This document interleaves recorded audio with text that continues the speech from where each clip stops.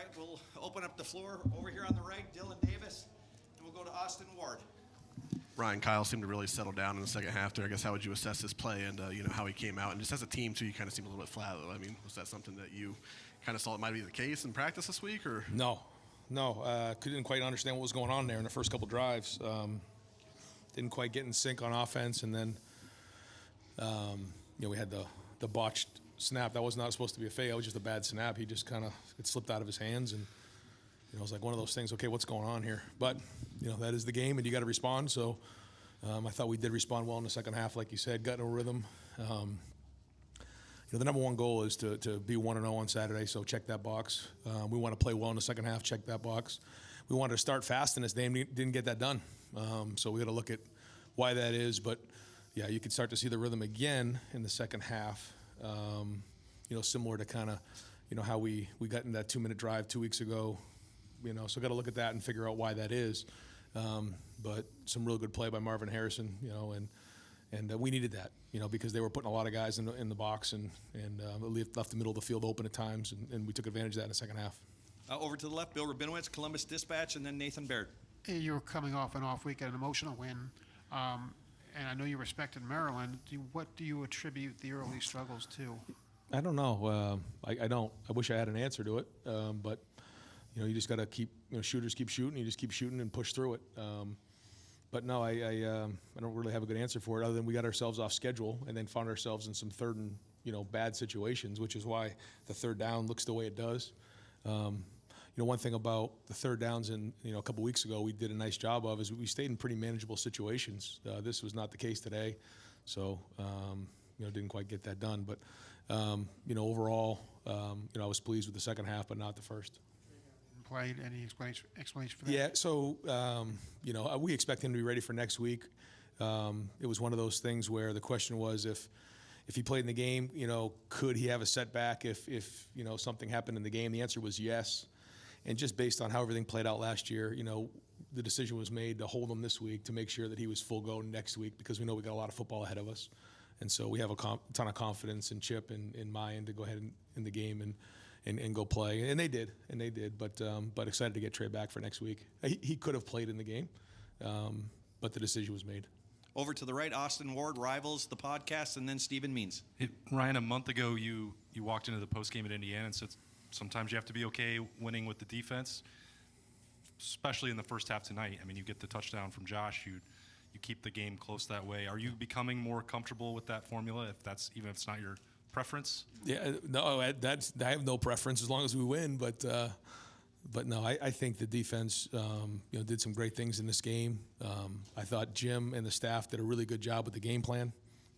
I thought, they were a step ahead just in terms of the defenses that we were in. He did a great job of getting them into the right calls. There's still a ton of things that we can improve on and get better at. There is. But, the pick six by Proctor was huge. I thought Davis did a great job there of not blindside blocking that guy. I mean, that's really heads-up football. We got too many penalties on here. We got to get that all cleaned up. But I think our guys are playing hard. And I think that's the thing to me. Like, there's certain things that we can clean up, some things that were close. But our team is playing with passion. They're playing physical. They're playing hard. I mean, to see Josh make that play and then run down on the kickoff, stick the guy inside. I think it was inside the 20-yard line. There's just a lot of that play going on, and it's an exciting team to be around. I think the most exciting part of it is we haven't even reached where we can be, so we got to keep building and growing. But one of the things that you're starting to see about this team is we don't panic. If it's not going quite right, we're going to keep pushing forward. And maybe in the past it was like, okay, if things weren't going well in the first half, if it wasn't like the scoreboard wasn't turning over every couple of drives, everybody would start getting panicky. I think these guys have some poise. They've played some games, and counting on that experience to pay off here in October and November. Nathan Baird, Cleveland.com, and then Cameron Teague Robinson.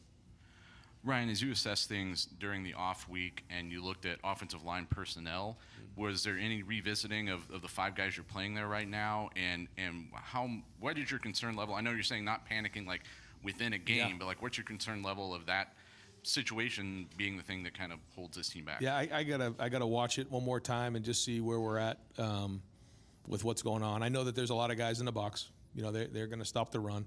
and that opened up the pass game in the second half. But I don't know exactly what our numbers were. I know I think it was less than 100 yards. I know the big sack probably took away some of it, but I think we were just over 85 yards or so rushing. And we expect to be higher than that.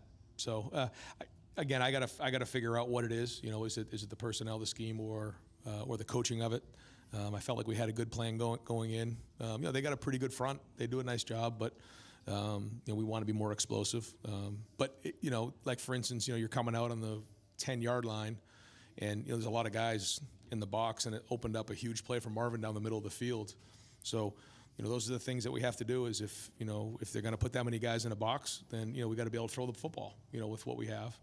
But at the same time, when the box looks right, we got to be efficient. And I'll look at that, and when we have our press conference on Tuesday, I'll probably have a better answer for you.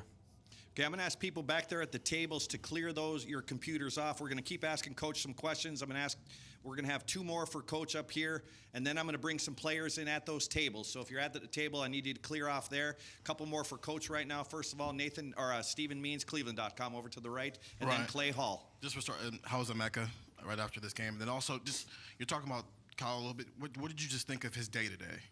I think he would tell you, he felt better about the second half than he did the first.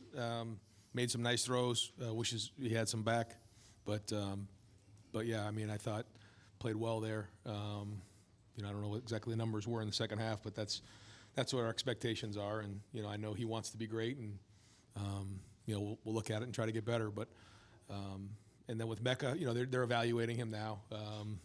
Doesn't seem like something major, but I don't really have much of an answer for you right now. Over to the left, Cameron Teague Robinson, the athletic, and then Dan Hope.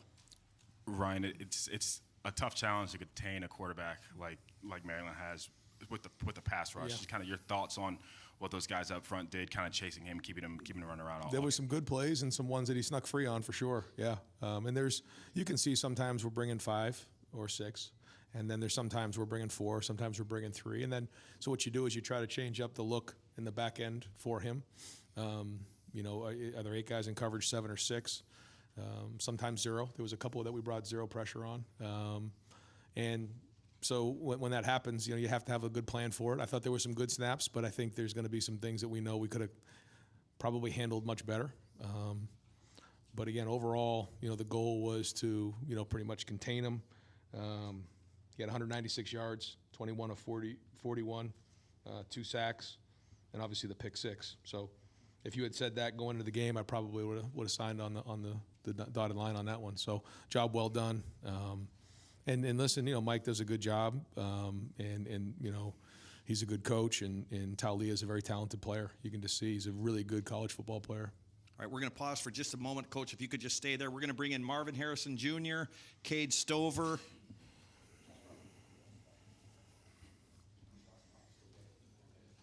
and Josh Proctor. We're going to send them to the back. Guys, if you could let them get to the tables in the back.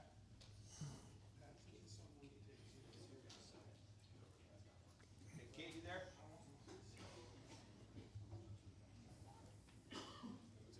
Yep, any table you want back there, Marvin. And then, Marvin Harrison Jr., Josh Proctor. Marvin's got his luggage with him. It looks like he's going through TSA over there. And Cade Stover.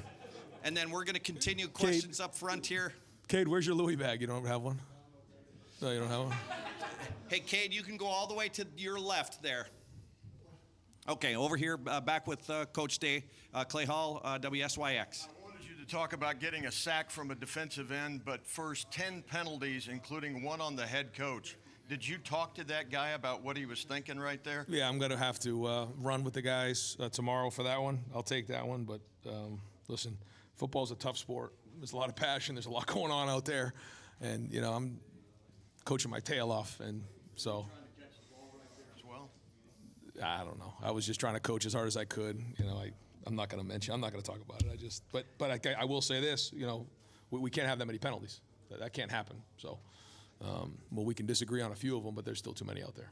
Coach, over to the left, Dan Hope, 11 Warriors. Ryan, you mentioned Josh's big play. It seemed like time and time again today, he was there when you guys needed him to be. Just Agreed. What's the biggest difference in him this year in terms of his reliability? I just called him out in the meeting or in our a little get together there in the locker room because I think he's the best version of himself right now. Guy's been through a lot of ups and downs, injuries, things like that, and he's playing his best football. He's the best version of himself now. Now, in order for us to get to where we need to be in the next 2 months, we're going to need him to play like that. So I just think this is a guy who's been through a lot, and you can't substitute experience, and maturity. And I'm proud that he's playing like he is, but he's got to continue to stay on that discipline because you can see the talents out there and the physicality. He plays tough. I mean, he plays. He comes downhill. There's several pictures in my mind of him showing up at the point of attack and bringing it. So, great to see him out there playing like that. And final question for Coach Day, front row Tim May, Letterman row. Yeah, Ryan, especially early. It seemed like Kyle was just like maybe a beat behind on some of the reads and stuff. And I'm just wondering, what were they throwing some things at you guys that y'all had to sort of sort out? No. I mean, I think Kyle would say the same thing. Had a hard time early on getting to a rhythm, and as a coach, I got to try to help him and figure out how I can help with that, and then. Whatever it is, whether we got to, go have him go run a few laps before we play the first drive or whatever it is, we'll find a way to get him into a rhythm because you can see the talent is there, the ability's there, but he cares a lot, and as coaches, we'll help him get there. Great, Coach.